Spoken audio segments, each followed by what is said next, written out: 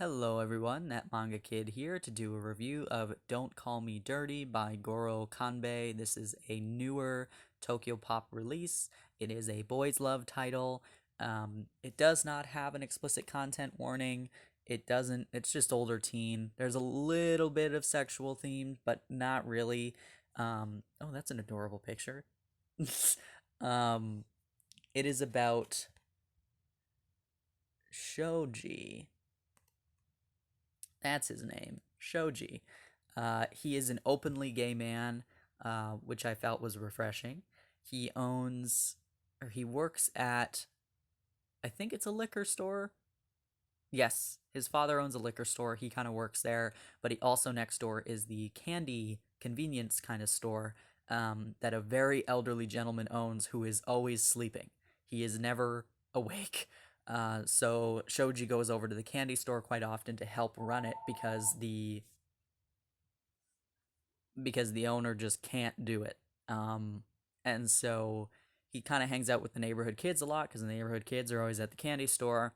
And one day, he meets this gentleman here who is very clearly homeless, and he he doesn't come into the candy store, but he wants to get the instant noodles, and uh, so he'll just stand at the door and ask for whatever, and then hand the money over. But um, Shoji kind of takes an interest in him and is a little bit having kind of like a savior complex about him, and like wanting to make sure he's eating and wanting to make sure he's okay, and um but you can tell that he's like falling in love with him, but he doesn't know that because he also still has a boyfriend who clearly doesn't give a shit about him. Pardon my language, but yeah, it's just very interesting because he is an openly gay man. He complains about his boyfriend troubles to the neighborhood children, which I find is hilarious. Um and but he's also very fascinated by this homeless gentleman, and you see a lot of prejudice about this man by the local townspeople, and um yeah, it's very interesting because honestly I haven't read a lot about homeless people in any manga at all.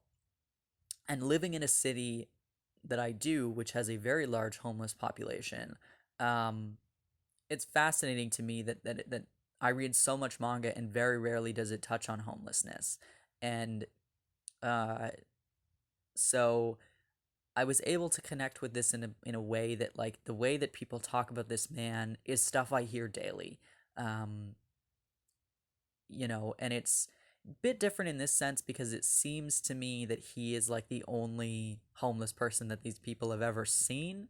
Um, Not necessarily like he works at a liquor store that his father owns. His father seems to know some other homeless folks in the area, but the people who are commenting on this man seem to not really know much about the homeless population at all, and are just kind of like, oh, what is he doing in town? Like, why is he here? Or he should go back to wherever he's, hanging out.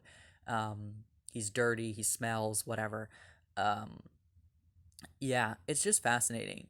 But I think he's a very kind, gentle man. I really enjoyed this. I think it was sweet and cute.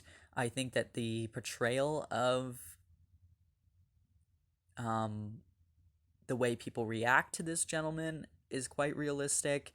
But this story has a lot of heart because, along with the prejudice and the nervousness that people feel around him, there was also quite a bit of just general caring and love towards him as people got to know him.